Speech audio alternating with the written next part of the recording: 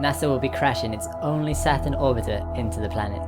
As Cassini enters Saturn's atmosphere, it will aim its antenna towards Earth, transmitting data about the composition of the atmosphere in real time, until the thrusters can no longer keep the probe steady due to the atmospheric drag.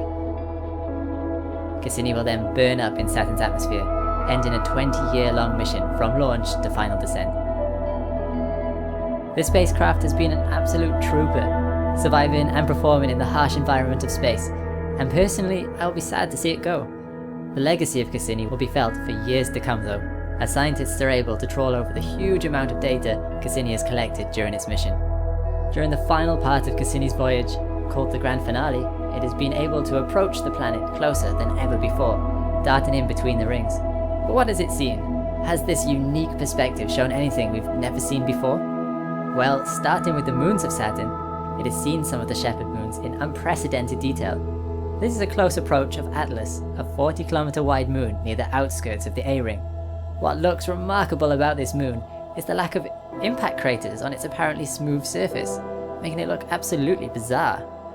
Dust from the rings is collecting over the surface, particularly around the equator of the moon, smoothing it over and giving it this disc shape.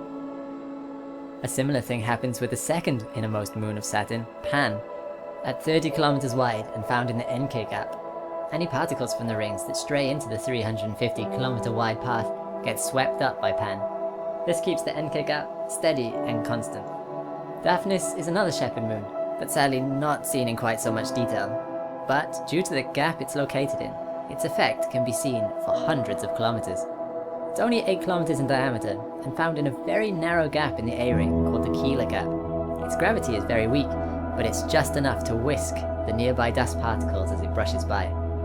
This creates these waves or ripple effect in the nearby rings, sometimes even ripping material directly out of the ring, visible in this little trail here. Not only do these rings move from side to side, but up and down too, as can be seen by the shadows they create. I can only imagine what it must be like to sit on Daphnis and watch as waves follow its orbital path, with glorious Saturn and its many other moons in the background. It would be quite the sight to behold. Talking of the rings though, Cassini has been able to capture some spectacular images. One of my favourites from the grand finale is this one, showcasing the Janus 2-to-1 spiral density wave. Amazingly, what you're looking at here is the result of the same process that creates spiral galaxies, just a lot more tightly wound. What appears to be many separate rings is actually only 2 spiral arms looping around the planet many times. So every second line you see in the image belongs to the same spiral arm. This image is part of the B ring, at a position where the ring orbits twice for every one orbit of Saturn's moon Janus, causing an orbital resonance. This photo gives the illusion that the image is tilted away at the top left, but this isn't the case. The illusion is caused by the way density waves propagate from the planet, the wavelength decreasing with the distance from the resonance. And this is where this resonance gets even more mind-blowing. Janus, the moon that contributes to the resonance, switches orbital positions every 4 years with its close neighbour moon, Epimetheus. Every time this switch takes place, the rings respond, creating a new crest in the waves. NASA says, the distance between any pair of crests corresponds to 4 years worth of waves propagating downstream from the resonance, which means the wave seen here encodes many decades worth of the orbital history of Janus and Epimetheus. According to this interpretation, the part of the wave at the very upper left of this image corresponds to the positions of Janus and Epimetheus around the time of the Voyager flybys in 1980 and 1981.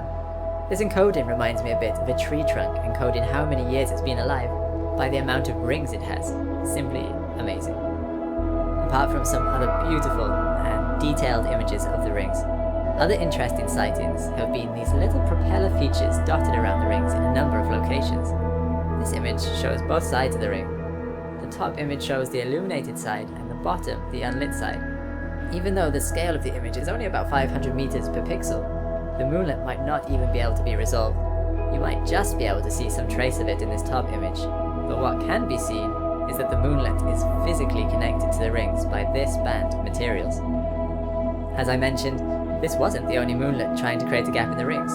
Here is another found right next to the Encke gap. And here is another, and probably the biggest out of all 3. None of these moonlets are thought to be bigger than 2 kilometers, and probably have the density of a snowball. The last interesting thing Cassini has been able to image within the rings is extremely small but solid objects which have been formed around the F-ring, potentially caused by the perturbations of some of the shepherd moons around there. They seem to be solid as they have crashed into the F-ring a number of times, kicking out dust and particles, which sometimes even follow their orbit, as can be seen by the haze around them. The objects themselves are not actually visible due to the dust obscuring the view. Lastly, let's have a look at the planet itself. As Saturn's northern hemisphere is in full summer at the moment, its remarkable hexagon around the pole is in full view.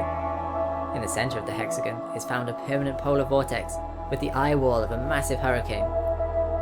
Interestingly, the pole seems to be changing colour with the season, as you can see quite clearly in comparison to 2012, where the pole appeared quite dark in colour. With the assistance of other wavelengths of light, other storms are visible and can be seen dotted all over the planet, as well as bands reminiscent of Jupiter, but just not quite so vivid in natural light. Also, because of the proximity of Cassini to the planet, it is able to get a good look at the planet's horizon. On the left of the image can be seen a haze in the stratosphere of the atmosphere that disappears towards the right of the image. When Cassini does enter the atmosphere on its final approach, it is thought that it will not survive to reach the depth of this haze. Because of the composition of Saturn, it's not expected that Cassini will be able to see much more detail of the atmosphere than what you would find in this image, but what is of particular interest to scientists is what the atmosphere consists of, and sadly, that will be the last thing Cassini will ever send back to Earth before burning up in the atmosphere. And there we have it, a final look at Cassini's grand finale. I'd just like to extend my thanks to the Cassini team that made all of this space exploration and discovery possible. We have seen and learned things that would have never been possible if it wasn't for these intelligent and dedicated individuals, and I can only hope the discoveries will continue as Cassini's data is further analysed, and also further missions get underway.